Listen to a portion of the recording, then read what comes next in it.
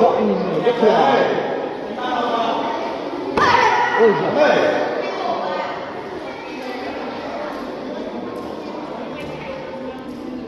Chui.